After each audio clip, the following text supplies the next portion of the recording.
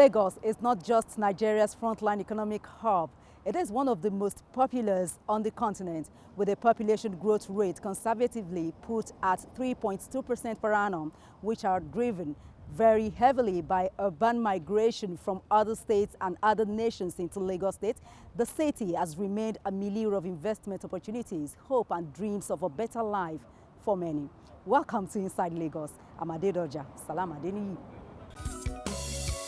Ẹni tí ò dé kò yìn ẹkù kan. Àwa ni Center of Excellence. Ẹni ò dé kò yìn ẹkù kan. Àwa ni Center of Excellence. Mo ní pé bó o bá dé kò yìn ẹkù kan. Àwa ni Center of Excellence. Àwọn òyìnbó débẹ̀ wọ́n rí tá a jẹ́ ṣe. Àwa ni Center of Excellence. Haúsá débẹ̀ wọ́n rí tá a jẹ́ ṣe. Àwa ni Center of Excellence. Àwọn Ìgbò débẹ̀ wọ́n rí tá a jẹ́ ṣe. Àwa ni Center of Excellence. Gbogbo Yorùbá débẹ̀ wọ́n rí tí wọ́n mú lọ. Àwa ni Center of Excellence. Ẹni òde kò yìn ẹkù kan. Èkó ò ní bàjẹ́ lórí àwa. Àwa ni Center of Excellence. Ọ̀pọ̀ ò bá dé kò yìn ẹkù kan. It is sharing news for the people of Badagry as Governor Babajide SANWO-OLU is raising the bar of development in the coastal city with the construction of a deep sea port that will further boost the economy of the state and also enhance investment opportunity in the area. Badagry, one of the most important coastal towns in Lagos, has been in the spotlight in recent times when it comes to socio-economic development in the city of aquatic splendor and the center of excellence.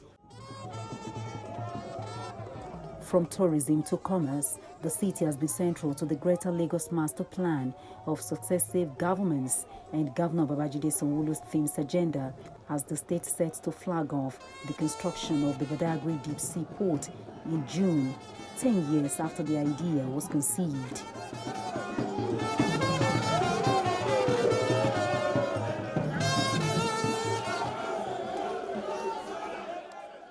Governor SANWO-OLU gave the assurance during a stakeholders meeting and community engagement on Badagry Deep Sea Port projects held at the Administrative Staff College of Nigeria, Ascon Auditorium in Topo, Badagry. The governor, who assured the people of Badagry that his administration is determined to push development to Badagry axis of Lagos State, reiterated the government's readiness to compensate residents for economic losses on buildings, ancestral lands, farms, and sites as a result of the deep sea port.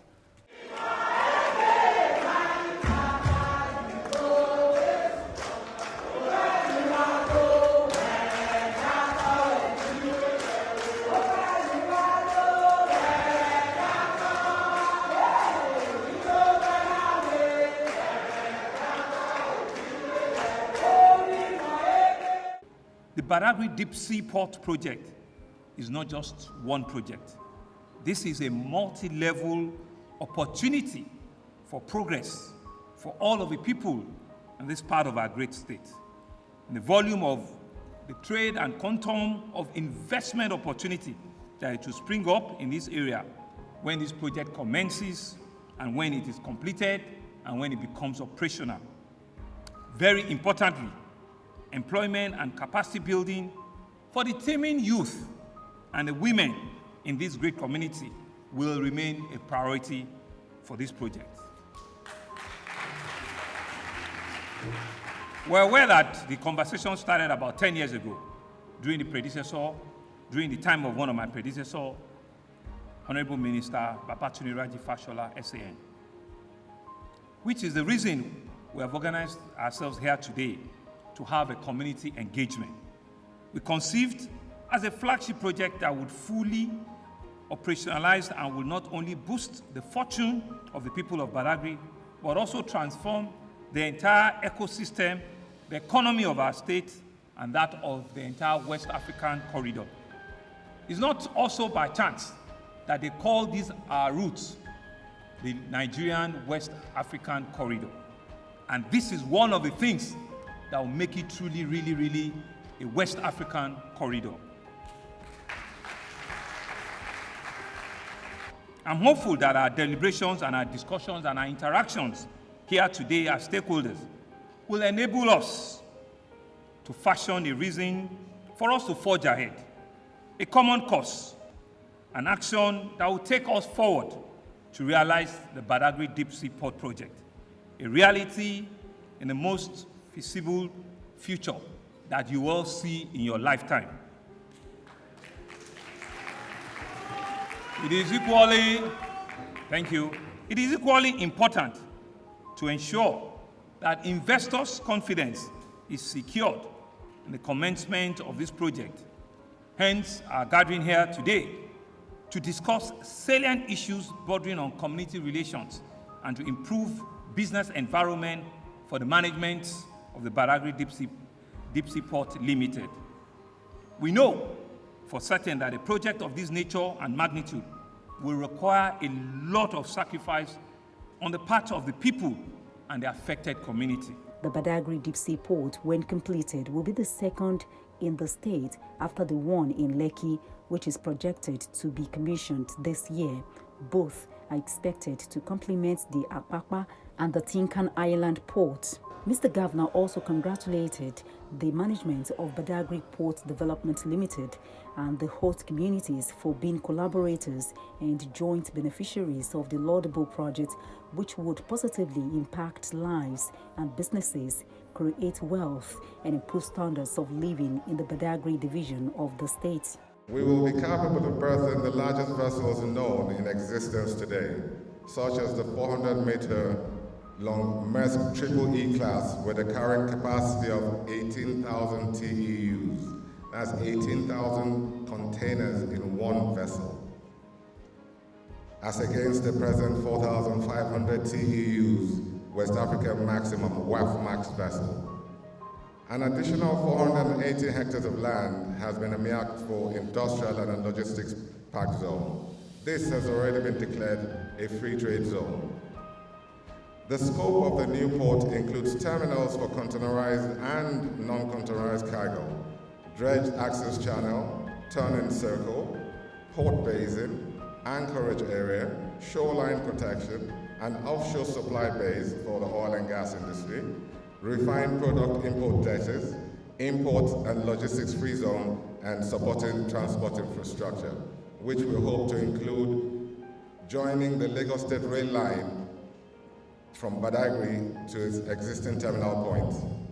Warmly welcome our amiable and dynamic Mr. Governor, and I thank you, sir, for your great sense of leadership and commitment to the actualization of this project, which was conceived in 2012.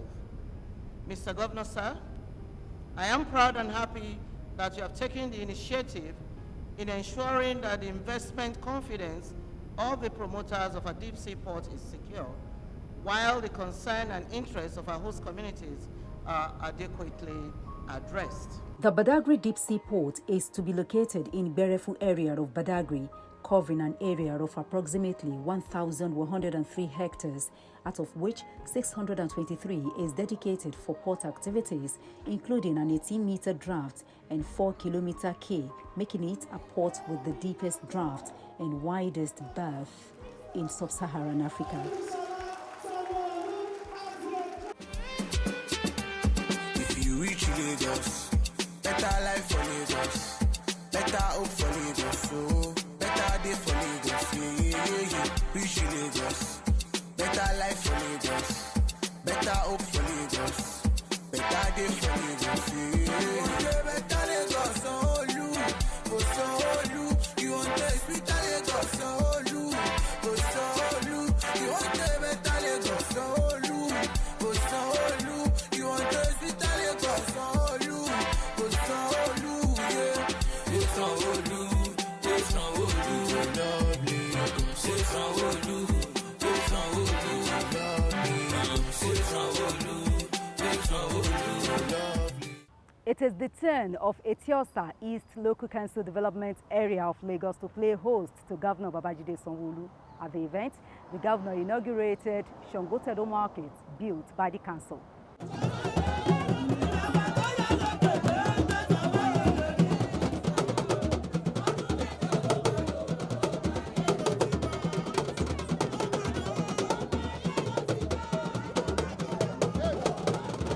rousing reception heralded Governor Babajide SANWO-OLU's working visit to Etiosa East Local Council Development Area of Lagos State on Wednesday.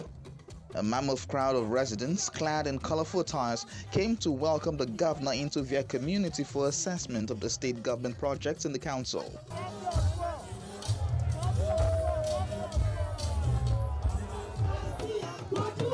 They can't try it. Thank you. Thank you. Thank you. Thank you. Thank you. Uncountable.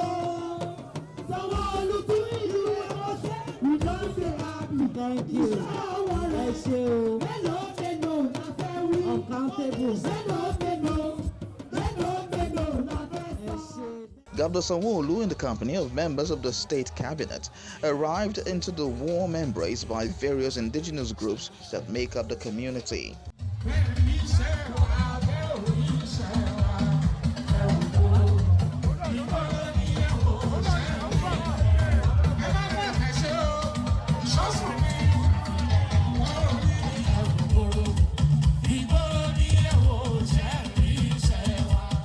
The governor, who described the Etiosa area as an important economic corridor of the state, said his visit was to personally take stock of the ongoing government's development projects and to get undiluted feedback from the residents on the interventions.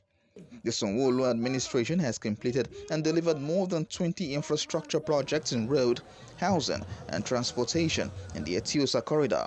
Construction work is currently at different stages of completion on numerous other projects on the axis, including Regional Road and Lekki-Ekpe Expressway. We're ensuring that in all of our local governments, each one of them will have a print and will have a step there. The big ones that we're doing around here is the regional road. The regional road starts from VGC here. It's 10 kilometers. And it's going to bust out at Freedom Road. It's a complete bypass, which is what will help to decongest the traffic from Aja. 6 lanes is what we're doing for you. 6 lanes. So that people coming from Regional Road will just go on the express road and it will not be an intersection. But before we finish it, you can see that the contractor, they are doing the path. And we have told them that they need to walk overnight to ensure that they can reduce the traffic on that corridor. So bear with us. Bear with us. A bigger solution is on the way.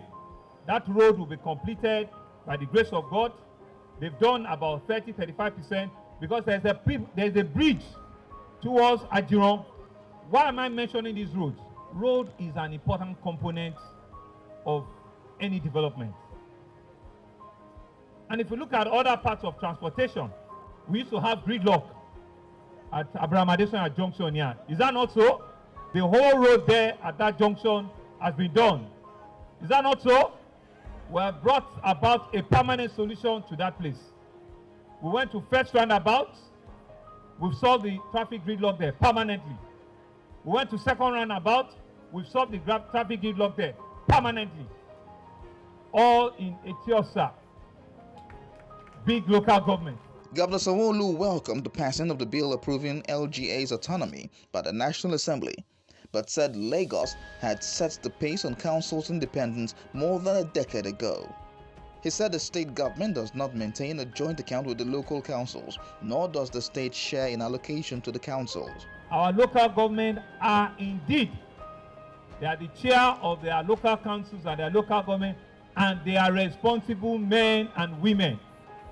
We do not need anybody to say that they require autonomy. They are the third tier of government. They have received their own autonomy from the government of Lagos State. And I want to say publicly that we're happy with what our local governments are doing, our LCDAs, what they're doing, and how well they'll be very prudent with all of the resources we've given to them. While inaugurating the new SANGOTEDO market, SANWO-OLU hailed Etiosa East LCDA Chairman, Honorable John Ogundare, for redefining governance at the grassroots level. I think it's proper for us to thank and acknowledge our chairman, Honorable John Campus Ogundare, I think it deserves a round of applause for this ultra-modern market that will be, after the unveiling, will be called Late Honorable Rafiu Olufunmi Market. And it's good to know that he remembers his senior colleague that has gone to great beyond. This market is your market. You need to take charge of it. You need to ensure that you use it well, you keep it well, and you take ownership of it. Mr. Governor, sir, and I know again, in 3 months' time, you'll be coming to Etiosa again. You will come and commission that BRT park in Aja. We know, inshallah, one of the biggest BRT in Etiosa as a whole. Mr. Governor, sir, I want to thank you very much. Mr. Governor, sir, we know you are still coming back to Etiosa this year. This year is the year of Etiosa. When you'll be coming to flag off Fort Milan Bridge, we know you are still coming back to Etiosa again. The new SANGOTEDO market is made up of 192 lock-up shops, 106 open shops, 28 suites, 65 key clamps, 12 chicken stalls, 8 toilet facilities, and a parking lot for 100 cars at a time.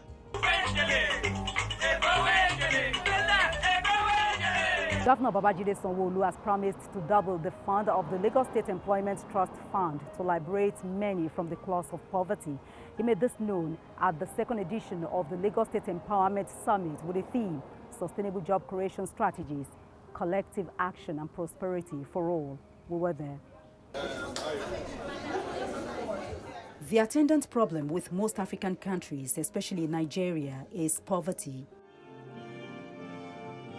Speakers with diverse wealth of experience across the entrepreneurial, advocacy, governmental and private sectors are gathered to discuss how Nigerians can survive hunger. This year's edition of the Lagos State Employment Trust Fund Summit aims to foster deliberations about progressive economic and social solutions to unemployment problems in Lagos State, modeling the best global practices. We're very excited to be launching an innovation challenge, an opportunity for Lagos residents to pitch their innovative ideas with a twofold objective. One is to provide ingenious solutions to the issues we encounter in living in our state, and the other is for ideas that will also ensure sustainable creation of jobs. As policymakers, you all have a key role to play in helping our youths in their life journey. Their journey to learn, to work, to get married, and become engaged citizens. With the enormous impact of COVID-19 pandemic, the Nigerian Bureau of Statistics estimated that the national unemployment rate rose from 27.1% in December 2020 to 33.3% in March 2021. In Lagos State, the unemployment rate is put at 37.14%, with the youth unemployment estimated at 42.5%, which is higher than the national average. Despite these scary figures, Governor SANWO-OLU believes they are surmountable. Taking our time to redesign our curriculum at our secondary school level, we're introducing comprehensive learning skills. We've seen that LSTF can work. Indeed, it's working. And so we're going to be challenging you. I've asked for their budgets, I've asked for what they want to do, and I'm making a public pronouncement that will try and double whatever it is that we're looking at. Under the Lagos State Employment Trust Fund, about 182,000 direct and indirect jobs have been created since it launched in 2016.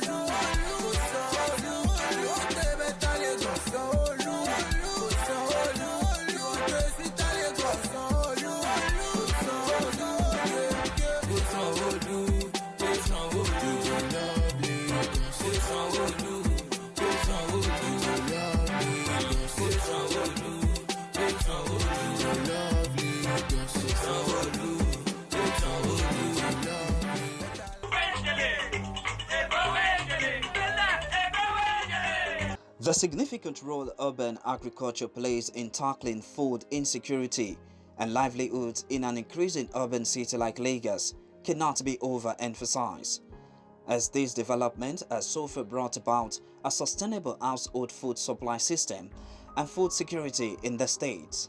So just wanted to mention it myself. Thank you. Against this backdrop, industry players in the agriculture value chain in both the public and private sector have converged on Lagos to meet minds and network on measures to improve urban farming in Lagos and find lasting solutions to the agricultural challenges confronting the nation. I'm happy to inform you that this administration has given agricultural production a great boost by making food security one of the cardinal programs of the team's agenda and as a key strategy towards making Lagos a 21st century economy. We have embarked on various projects and programs aimed at increasing food production as well as to provide food security by laying more emphasis on areas where we have competitive and comparative advantages. These days, farming and protected horticulture is high tech. The Netherlands is eager to work with Lagos State and Nigeria on innovations that will boost inclusive and sustainable growth, which is one of the key businesses and commitments of Lagos State government. For the Lagos State Commissioner for Agriculture, Ms. Abisola Olusoya, she explained that the state government is collaborating with Netherlands Ministry of Agriculture and Urban Farming to ensure food security and a boost in agricultural production in the state. With what is happening currently in Russia, Ukraine, it goes to show what could happen in a blink of an eye to an entire food system and to the ripple effect on the global economy. If we are so import dependent, and we are seeing the effect even when it comes to fuel, now imagine what would happen in our food systems where we are largely import dependent and we have a break in the system. As the agricultural sector continues to remain at the front of Nigeria's diversification plan, it is expedient for government to sustain its monetary and policy interventions in the sector to drive growth.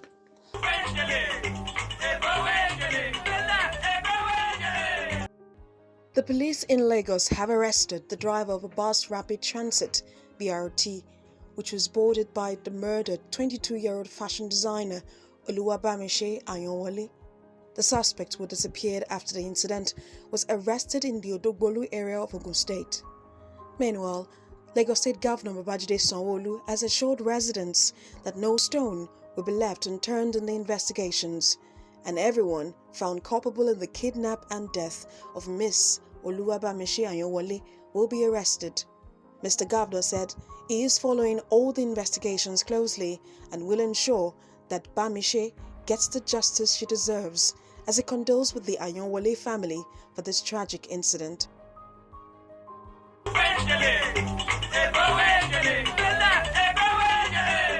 It has been a week of recognition and awards for the Lagos State Governor Babajide SANWO-OLU and his selfless and forward-thinking leadership approach to governance. Governor Babajide SANWO-OLU has been honored as the Daily Independent Year 2021 Governor of the Year for Infrastructure and Urban Renewal. Receiving the award, Governor SANWO-OLU described the awards as a very important one and a reflection of his administration's commitment to serving the people. He assured that Lagos will continue to be on the front burner of infrastructure and urban renewal in the nation. Mr. Governor also backed the prestigious Silverbird Man of the Year award for transforming Lagos into a huge construction site through infrastructural renewal. The annual event, which was held at the Victoria Island area of Lagos, comes on the heels of the governor garnering the highest number of votes sent in by members of the public ahead of other nominated personalities.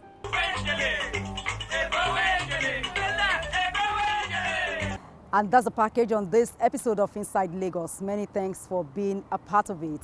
And a big congratulations to Mr. Governor there on his latest awards as the Daily Independent Governor of the Year and Silverbird Man of the Year. More wins, Mr. Governor. I'm Adedoja. Salam Adeni. See you next time. Thanks for being there.